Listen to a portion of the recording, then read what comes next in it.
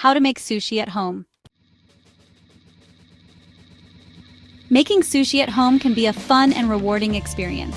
With a few essential ingredients and some practice, you can prepare delicious sushi rolls just like in a restaurant.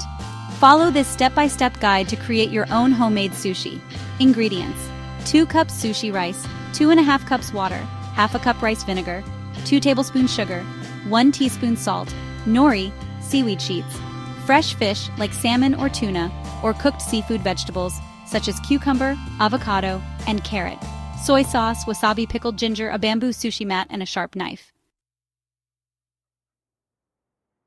Prepare the sushi rice.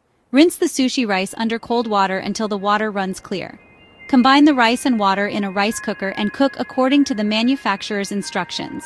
Once cooked, transfer the rice to a large bowl. In a small saucepan, heat rice vinegar, sugar, and salt until dissolved. Pour over the rice and mix gently. Allow the rice to cool to room temperature. Prepare the fillings. Slice the fish into thin strips.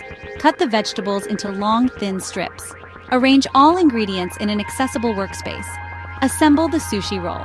Place a sheet of nori, shiny side down, on a bamboo sushi mat.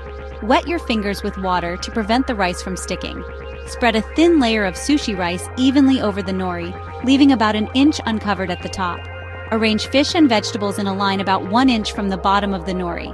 Carefully lift the bamboo mat and roll it tightly, applying gentle pressure. Seal the edge with a little water. Slice and serve. Using a sharp knife, cut the roll into bite-sized pieces. Clean the knife with a wet cloth between cuts.